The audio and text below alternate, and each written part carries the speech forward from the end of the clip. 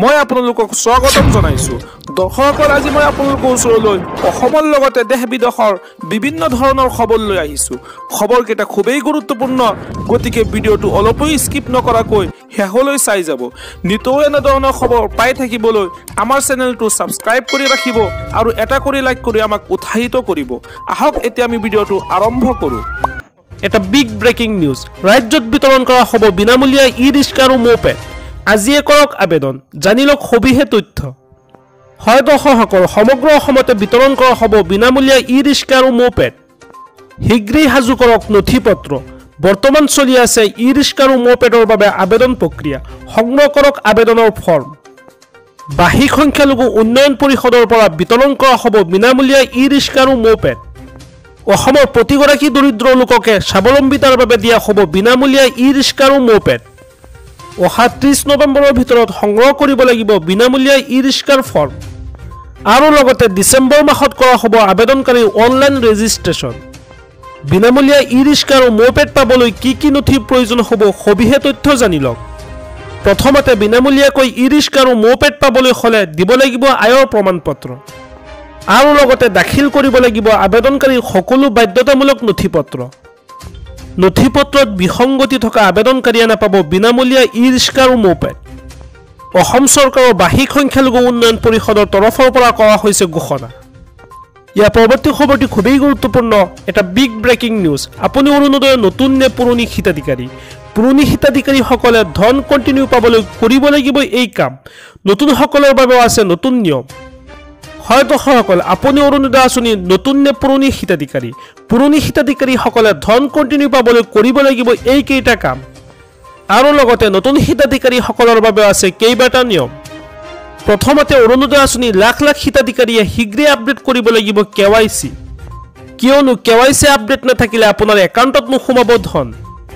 অৰুণোদয় আঁচনিৰ ধন নিয়মীয়াকৈ পাবলৈ বেংকৰ একাউণ্ট ঠিক হৈ থাকিব লাগিব আৰু ইয়াৰ লগতে অৰুণোদয়ৰ বাবে যিটো মোবাইল নম্বৰ দিছে সেই মোবাইল নম্বৰটো এক্টিভ কৰি ৰাখিব লাগিব হঠাৎ কিবা কাৰণত যদি মোবাইলটো পৰিৱৰ্তন হয় চৰকাৰক জনাব লাগিব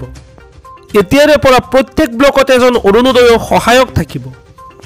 যদি কোনো মাহত টকা জমা নহয় ব্লকৰ অফিচত গৈ আপোনালোকে অভিযোগ দিব পাৰিব তৃতীয়তে অৰুণোদয়ৰ ধন নাপালে অভিযোগ দিবৰ বাবে চৰকাৰে মুকলি কৰিব ফোন নম্বৰ আৰু সেই বিশেষ ফোন নম্বৰটো হৈছে 1800202626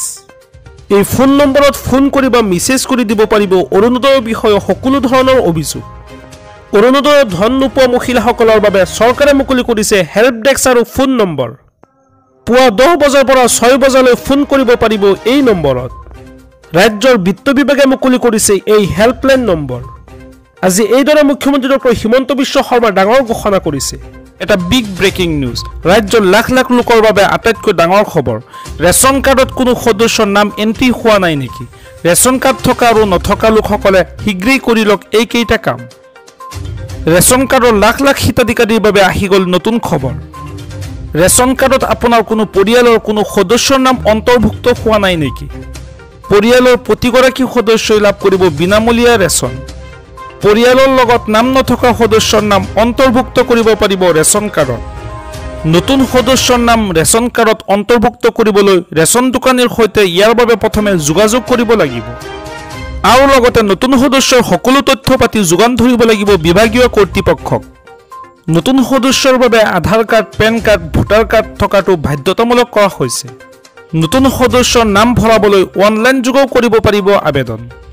নতুন সদস্যৰ সকলো তথ্য পাতি গাঁও পঞ্চায়তৰ জৰিয়তে প্ৰত্যয়িত হোৱাৰ পিছতেই অন্তৰ্ভুক্ত কৰা হ'ব নাম কেৱাইচি কৰাৰ সময়তো কৰিব পাৰিব এই কাম যদিহে কোনো লোকৰ মৃত্যু হৈছে তেনেহলে ৰেচন কাৰ্ডৰ পৰা কৰ্তনো কৰিব পাৰিব নাম অনলাইনৰ যোগেদি নতুন সদস্যৰ নাম অন্তৰ্ভুক্তি আৰু কৰ্তনৰ কামো কৰিব পাৰিব আবেদন প্ৰক্ৰিয়া সম্পূৰ্ণ হোৱাৰ পিছতেই নতুন সদস্য লাভ কৰিব 5 কিলোকৈ চাউল খুব ভাল আঁচনি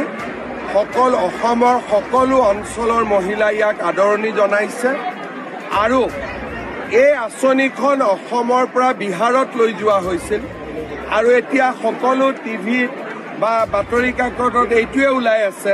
যে এই আঁচনিখনৰ কাৰণে বিজেপি আৰু জনতা দলৰ বৃহৎ বিজয় সম্ভৱ হৈছে মই ভাবো যে সঁচা অৰ্থত এখন ভাল আঁচনি মহিলাসকল বহুত উপকৃত হ'ব সম্ভৱ হৈছে মই ভাবোঁ যে সঁচা অৰ্থত এখন ভাল আঁচনি মহিলাসকল বহুত উপকৃত হ'ব